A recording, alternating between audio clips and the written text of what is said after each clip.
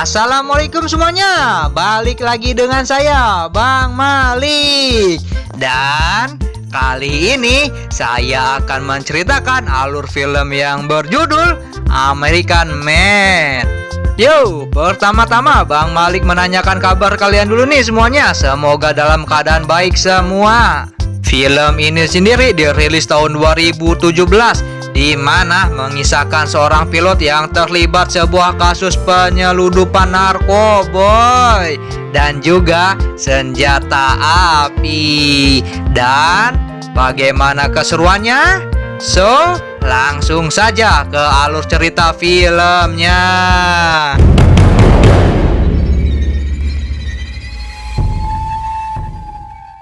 Cerita yang diawali dengan diperlihatkannya seorang pria yang bernama Barry yang dibintangi oleh Tom Cruise yang sedang bekerja sebagai pilot maskapai penerbangan komersil, yang juga Barry nyambi sebagai penyeludup cerutu Kuba. Pada suatu ketika saat sedang santai di sebuah kafe, di sini Barry dihampiri oleh seorang pria yang bernama Monty Schaefer. Di sini Bang Malik manggilnya Bang Monty atau Monty saja ya. Ia merupakan seorang agen CIA yang menawarinya tambahan pekerjaan untuk melakukan pengintaian di wilayah Amerika Tengah menggunakan pesawat kecil bermesin ganda yang dilengkapi dengan kamera canggih. Kemudian Barry pun memberitahu istrinya tentang tambahan pekerjaan barunya itu. Akan tetapi menyembunyikan kalau ia bekerja dengan CIA. Dan Barry akhirnya memutuskan untuk berhenti bekerja sebagai pilot pesawat komersil dan memilih untuk 100% menjadi pilot pesawat pengintai yang melakukan pemotretan di berbagai wilayah Amerika Tengah yang sedang mengalami konflik. Hasil kerja Barry tersebut kemudian dipuji oleh para petinggi CIA yang kemudian memberinya tambahan pekerjaan lagi untuk mengantarkan uang dan juga mengambil dokumen dari kolonel yang berada di Panama. Seorang informan CIA yang kemudian hari menjadi seorang diktator Panama. Kemudian pada tahun 1980 saat Barry singgah di Kolombia untuk mengisi BBM pesawat, ia dibawa oleh sekelompok orang tak dikenal ke sebuah rumah dari salah satu kartel narkoboy Medellin asal Kolombia bernama Ochoa, yang juga merupakan rekan kerjanya Pablo Escobar. Reputasi Barry pun sebagai pilot dengan kemampuannya untuk terbang rendah menjadi daya tarik bagi George untuk mengajak Barry bekerja sama dalam hal pendistribusian narkoboy masuk ke Amerika. Barry lalu diajak ke sebuah landasan pacu pendek untuk memulai pekerjaannya dan ia diberi upah sebesar $2.000 di setiap kilogram pengirimannya. Kemudian Barry pun menyetujuinya dan mulai memuat benda-benda laknat tersebut ke dalam pesawatnya itu.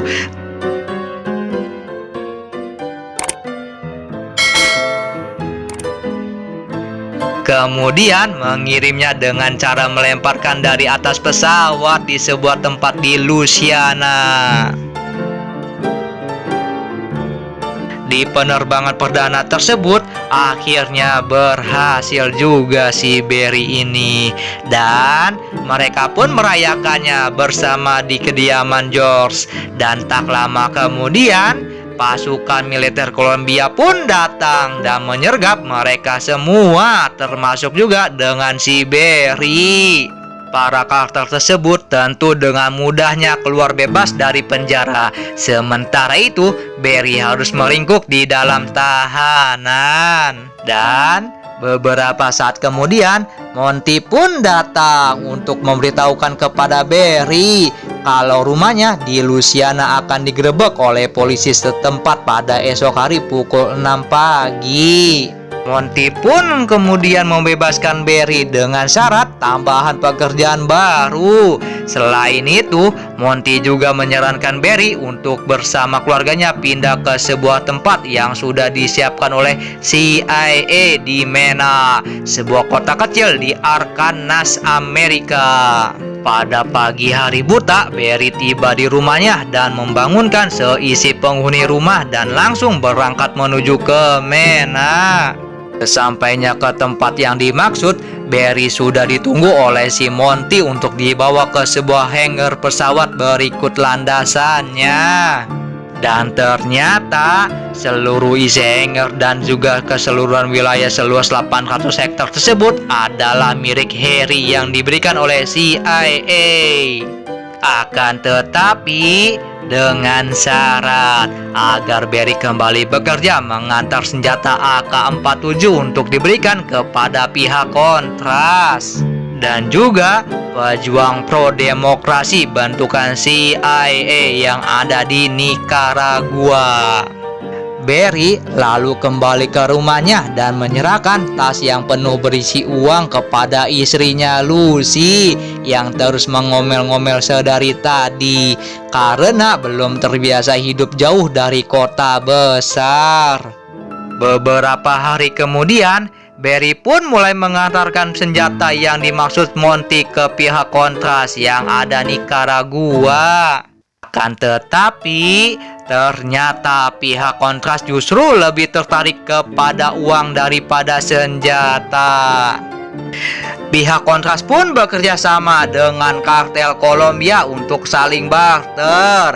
Barry yang membawa senjata AK-47 dari Menaco, Kolombia, setelah itu mengangkut suplai narkoboy dan membawanya ke pihak kontras. Lalu, kontras yang akan mengantar narkoboy tersebut masuk ke Amerika.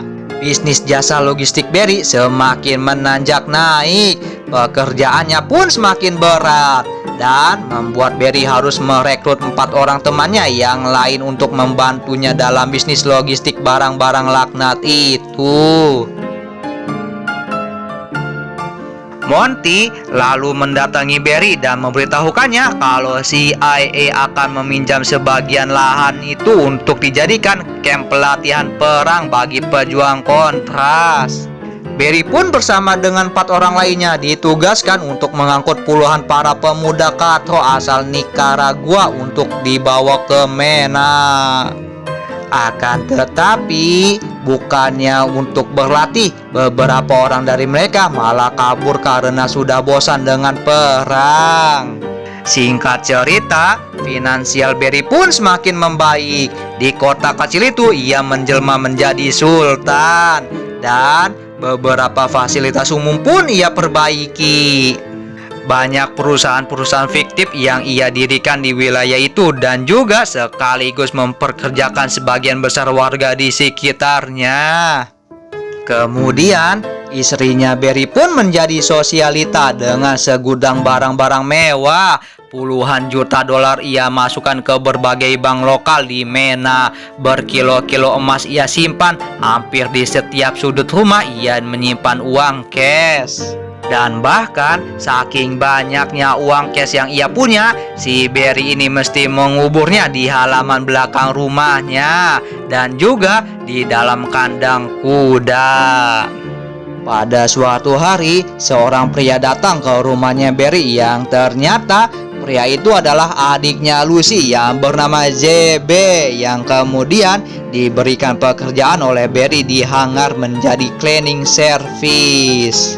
Hingga kemudian JB pun datang ke rumah Barry dengan membawa sebuah mobil baru.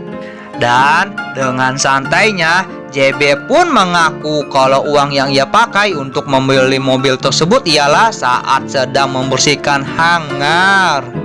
FBI mulai mengetahui ada yang tidak beres dengan melihat laporan keuangan bank-bank lokal di kota Mena, sebuah kota kecil dengan perputaran uang berpuluh-puluh juta dolar semenjak kehadiran Barry di kota tersebut.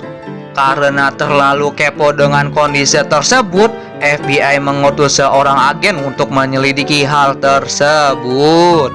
Pekerjaan Barry yang selalu bersinggungan dengan tingkat resiko yang sangat tinggi membuat ia pada suatu waktu harus mendaratkan pesawatnya di sebuah pemukiman padat penduduk di Louisiana dan membuat Barry harus meninggalkan muatannya, yaitu narkoboy sebanyak 200 kg yang ia bawa dari Kolombia. Kemudian berita tersebut tentu sampai ke telinga instansi pemerintah dan juga Barry berserta komplotan kartel Kolombia menjadi incarannya. Kemudian mereka pun meminta bantuan ke salah satu pejabat di Nicaragua untuk mereka gunakan bandar udaranya.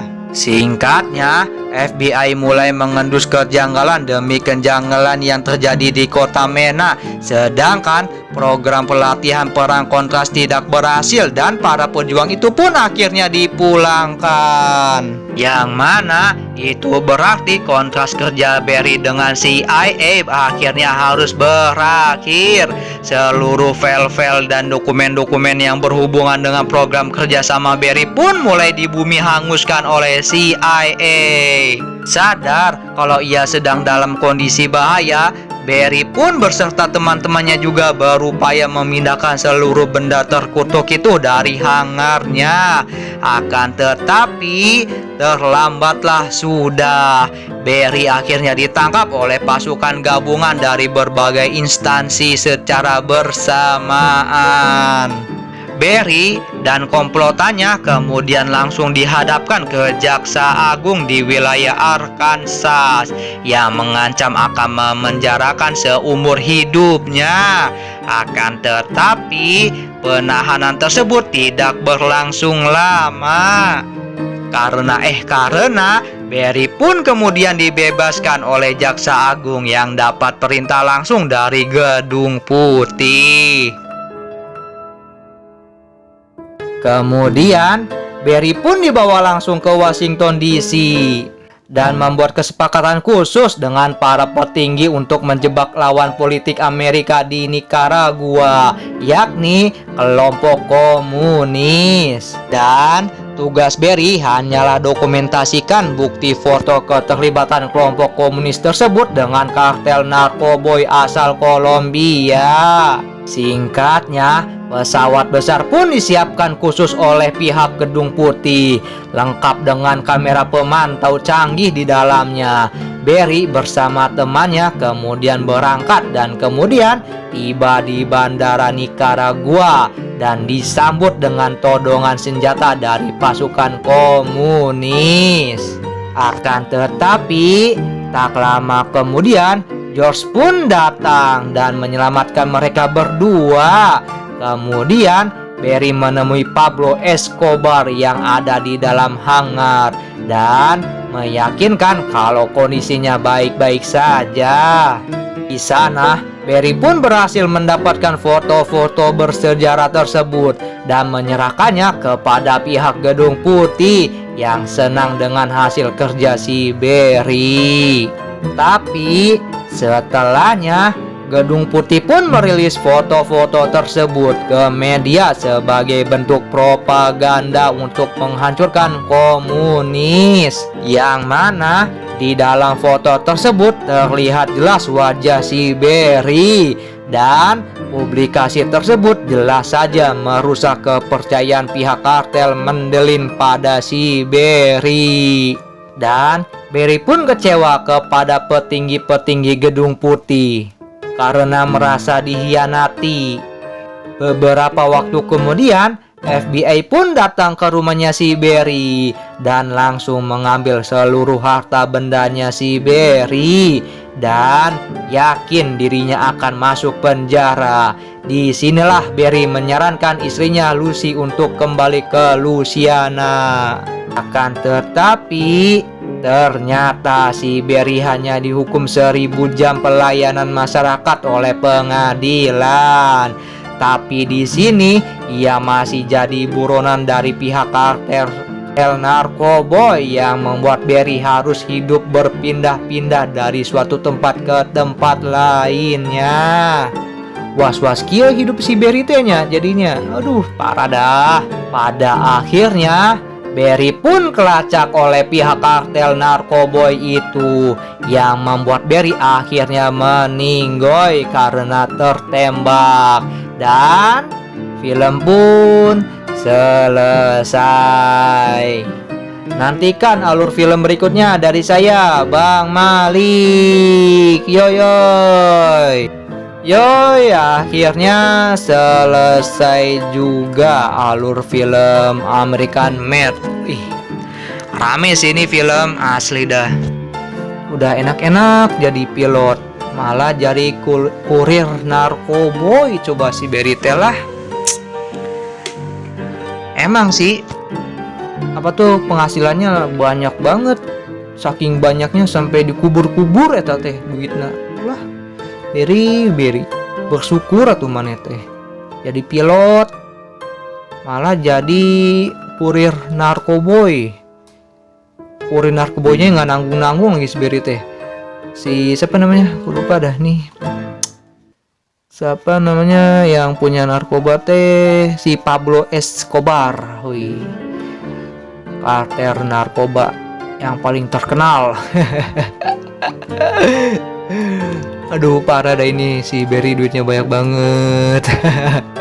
Bayangin tuh kalian punya duit sebanyak si Berry, buat diapain dah tuh, sampai dikubur-kubur.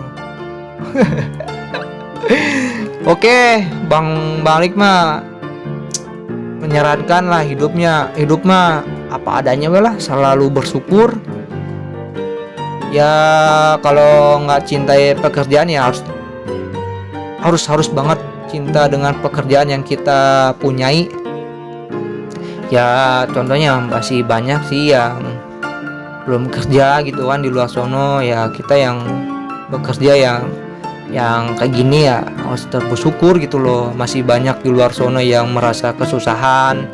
Ya intinya mah bersyukur lah apa adanya yang diberi, yang dikasih nikmat oleh Allah Subhanahu wa taala. Oke. Seperti biasa, Bang Malik menyarankan nonton filmnya langsung, American Made, asli rame. Dan Bang Malik mengucapkan maaf apabila ada kata-kata yang belepotan, gak jelas. Atulah maklumin aja tuh, Bang Malik mah tuh emang gak jelas. Ya, maafin. Kalau nggak suka ya nggak usah didengar. Kalau suka ya alhamdulillah. Ya namanya juga Bang Malik mah apa tuh ya. Yang penting mah coba-coba weh. Kalau ada yang komen-komen jelek yang Bang Malik nggak pernah denger, sebodo amat lah. Oke, sekian dari saya, Bang Malik. Apalagi ya udah nggak ada lagi sih. Segitu aja lah percakapan kita. Riset. Oke, yo beneran ini mah Bang Malik selesai. Oke, yo sekian ya. Assalamualaikum. Udah sekalian nanggung itu lah. Kumanya nggak sana, nggak lapar lah, makan. Yo.